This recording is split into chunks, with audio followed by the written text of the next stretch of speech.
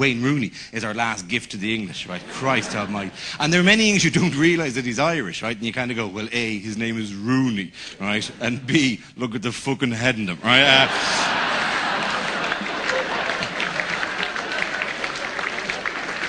That's not an international soccer star. That's a minor hurler from Offaly who got lucky. Jesus, well, and the joy of it is they think he's ugly. Fuck it, he'd be a god over here if he's still here. We had Rooney, he'd be doing Mach 3 and moisturiser commercials by the end of the week. Look at him, look at the sunlight dancing off his ears, and it's glorious to see it. Listen to the wind as it whistles through his teeth. It says, Wayne! Was in Yorkshire, there's a train station in Yorkshire, right, and there's a train museum there, and they even have a model railway museum in Yorkshire, right, just outside the train station, right, where you pay, and a little, Hornby set trains go around, right, in little circles, right, and I went into the place, I had 40 minutes to kill, I gave your man £2.50, and said, I'm going to have a look at the trains, this, my bag is here, do you mind if I just leave it behind the counter? And your man looks at me and goes, oh, no, I don't think so. No, not with what your boys have been up to for the last 30 years, right? Oh yeah. And to be fair, I've been living there for years, I've heard none of that, except from this one guy, and you go, fucking hell, right? And obviously point A, right, I'm from Dublin, right? And point B, even at their most craven, I don't think the IRA ever said to themselves, do you know what will really break the spirit of the English, huh? If we blow up York Model Railway Station, oh, they'll pull out of Northern Ireland by the end of the week if we do that. And I explained this in relatively blunt terms to your man, right? But your man topped me, because your man goes, no, after 9/11, I have to be extra careful. Fair point, touché, my friend.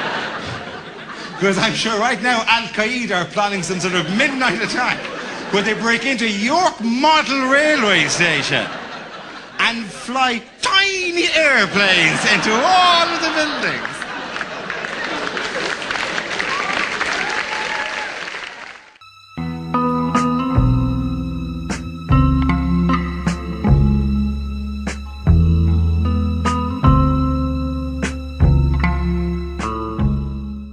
It's hard having kids, I worry about the world a lot more since we had the children, it's difficult. There's rough kids where we live.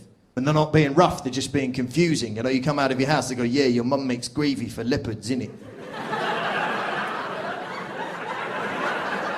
Yes, I believe she does. I don't know. She does a lot of charity work, I'm not sure.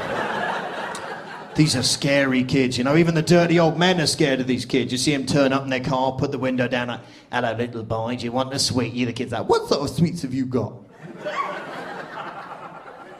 Said, it must be good if you come in here and trouble me with your sweetie talk, right?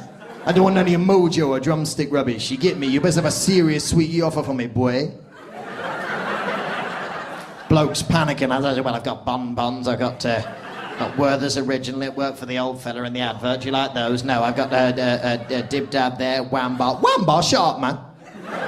Your sweets are rubbish, innit? Wambars used to be big like that, now they're small. So you're gonna have to do better than a Wambar if you want to see my dick, right?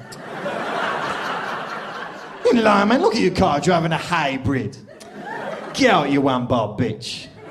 Next pervert, please. What kind of sweets have you got, man? What do you mean you own Neverland? Get out.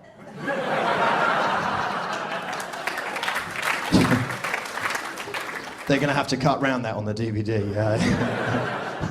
Legally, it may be problematic, but it's difficult. I try and stop the kids from watching too much TV. In case they see horrible acts of violence. Not on the telly. Me watching telly. Because one of the things I really object to that we've imported from the United States is this litigation culture. Where everyone's encouraged to sue each other. Go and fall over. It's worth money. Hurt your leg, £40. Trip on the way out of the theatre. You could shut this place down. Have all the money from it. You switch on the telly. It's like, go to your mother's house, slip in the shower, sue the bitch for £1,000. The money will come to you in the end anyway. You may as well make a solicitor rich. No win, no fee. Gotta go. Wah, Evil people, right? British people are not really made for suing each other. It's not in our nature, and that's a good thing. In the States, it kind of works. Dentist drilling your tooth hurts you. I'm going to sue your ass. In Britain, you get hit by a truck, both of your legs broken, your back's twisted, you're lying in the road bleeding. What do? You apologise to the driver. That's what you do. Terribly sorry, I probably shouldn't have been on a zebra crossing. Afraid I have rather dented your 4x4 there. I think it's when my spine snapped across your bull bars. Lucky for you, I'm not an actual bull. Were you expecting one? No, I'm so sorry. I'll just pull myself off over here and hope that a wheelchair rolls by eventually. Sorry. Oh, I love the picture of the rhinos. Yes, that's very funny.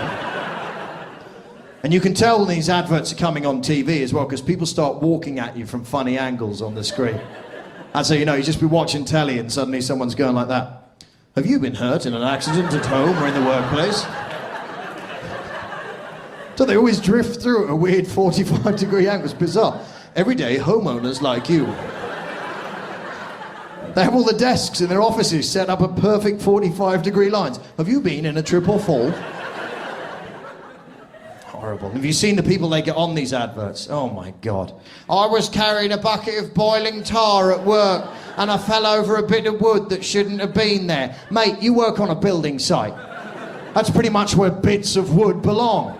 If you'd have told me you'd fallen over a portrait by Lucian Freud, I'd have been pretty fucking amazed. If that advert gone, I was carrying a bucket of boiling tar at work and I stumbled over a big bowl of Moule Marinière. Well, yes, fuck me. I'd have been gobsmacked. That is a surprise. Go ahead, sue somebody. Listen, I don't want to appear to be unsympathetic, but I am, so that's how it comes across. Honestly, you know, I've never carried a bucket of boiling tar in my life, but there's one word of the two that would make me treat it with, yeah, some caution. That'd be the word boiling. Boiled a kettle once or twice, happen to know it gets pretty damn hot. Also seen 1 or 2 episodes of Casualty, happen to know that tar will stick to you like a bitch. In fact, that's why they call it bitumen. You would think, would you not, that rule 1 in the guidebook of how to carry buckets of boiling tar be look where the fuck you're going, numbnuts.